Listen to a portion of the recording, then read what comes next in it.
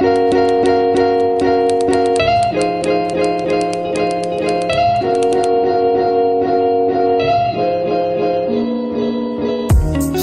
las herramientas de verificación, perdón, las herramientas no, las plataformas de verificación una herramienta o una solución? A ver, creo que sobre todo lo que ha permitido, incluso antes, ¿no? Pues gente que no son expresamente de plataforma de verificación, pero que han hecho muchas cosas en lo que es contrastar información. No sé, estoy pensando Cibio, ¿no?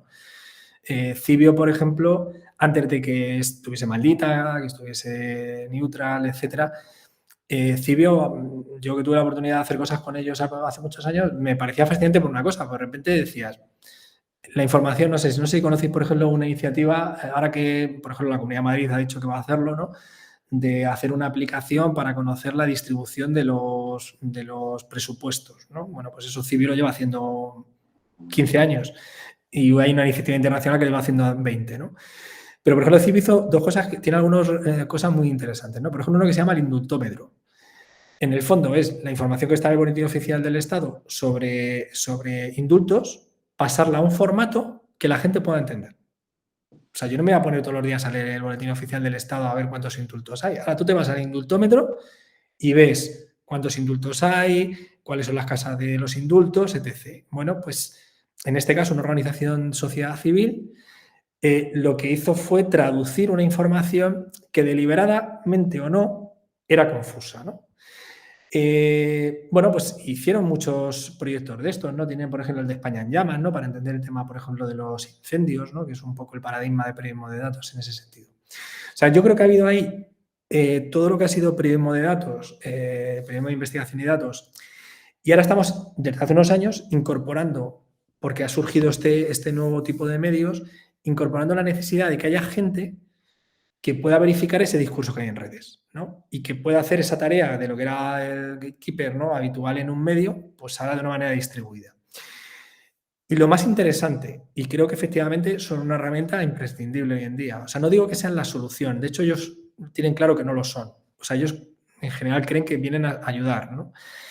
Pero primero, la organización internacional de estas de los fact-checkers, esto es una cosa que tienen clarísima, han crecido varias asociaciones tanto a nivel europeo, a nivel transatlántico, con Latinoamérica, porque, por ejemplo, una cosa que están viendo es que de repente un bulo empieza digamos, prácticamente en el mismo momento a surgir en 17 países a la vez, en diferentes idiomas. O sea, que hay unas estrategias ya, o sea, hay unas fábricas de bulos que intencionalmente aprovechan determinados esto o lo propician para generar, por ejemplo, una determinada corriente de opinión, ¿no?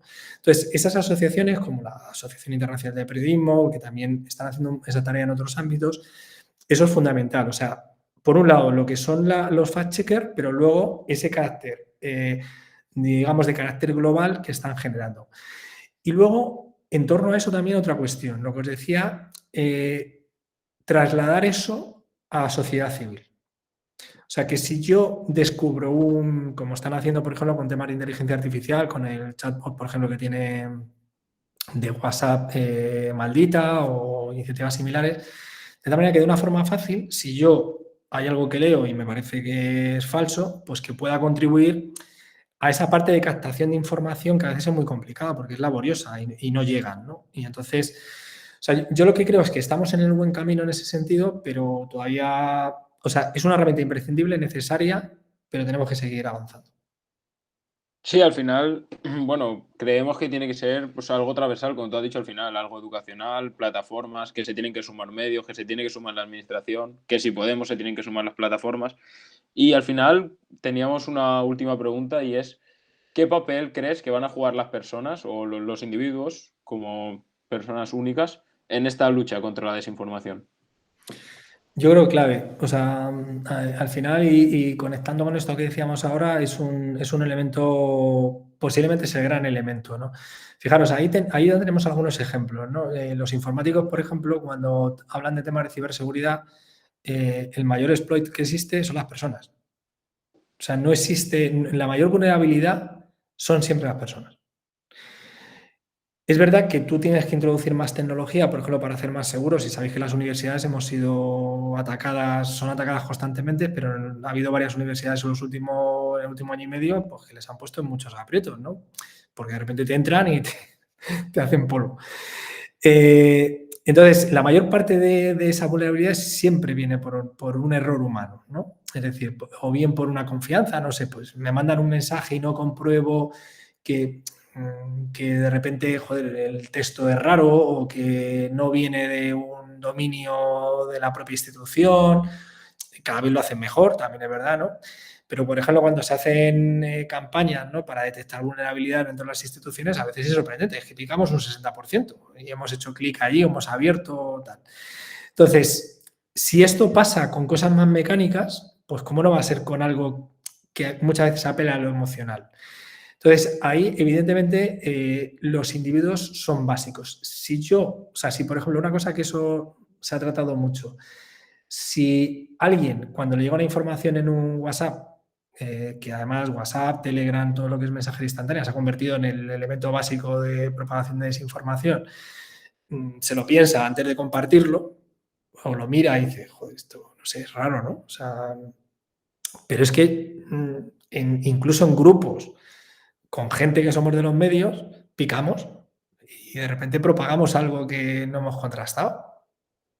Entonces, el elemento básico son las personas.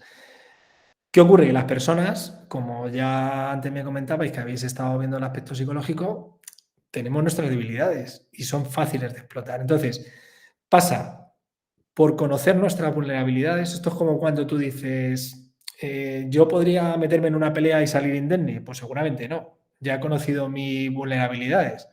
Pues tendré que manejar la estrategia de la palabra para salir airoso de eso.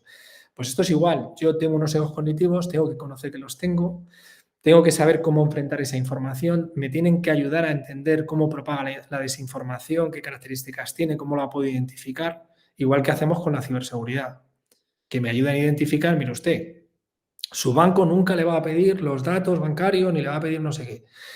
Pues ahí tenemos que educar mucho en eso. Y hay una enorme tarea por parte otra vez de las administraciones públicas. También creo que por parte de las empresas en lo que es la responsabilidad social corporativa, o sea, tienen mucho que hacer. Y luego ahí hay un debate que no es trivial, que es el papel regulatorio. O sea, es decir, sin obviar y sin poner en tela de juicio la libertad de prensa, la libertad de acceso a la información, la libertad de, digamos, todas las libertades que tenemos consagradas en los ámbitos de información y comunicación, también tenemos que tener sistemas que ayuden a detectar la desinformación. Y sobre todo que ayuden, y es una cosa que ahora están haciendo los fact-checkers, a formarte antes de que empiece a propagarse o que se pueda propagar un bulo. O sea, esto se ha visto mucho con lo de la infodemia, ¿no?, con el tema del COVID y demás. Si yo, antes de que empiece a propagarse un bulo sobre las vacunas, explico cómo se desarrolla, por ejemplo, el proceso de validación de una vacuna, va a ser más difícil que alguien esté poniendo en tela en cuestión porque hay menos tiempo, ¿no? Dice, bueno, ahí siempre hay una variable de tiempo y dinero. Si yo pongo 10 veces más de dinero, el tiempo siempre se acorta, siempre. Y eso, por ejemplo, se ha hecho razonablemente bien, no digo del todo bien, pero bueno, España ha sido un ejemplo, ¿no?, de país que en ese sentido ha tenido una adhesión al tema de las vacunas muy importante, porque esa parte se ha hecho razonablemente bien, se ha trabajado bien. Sí, al final lo vimos que conforme avanzaba la información sobre la vacuna y que era un éxito, que reducía y tal, la gente acudía más a vacunarse. Es decir, contra más información a favor del fenómeno, pues menor era, digamos, pues la sospecha o la duda acerca de la vacuna y tal. Y luego hay una cosa que es básica y es la máxima transparencia, o sea, que sabemos que luego no siempre se da, pero la máxima transparencia por parte de los organismos públicos.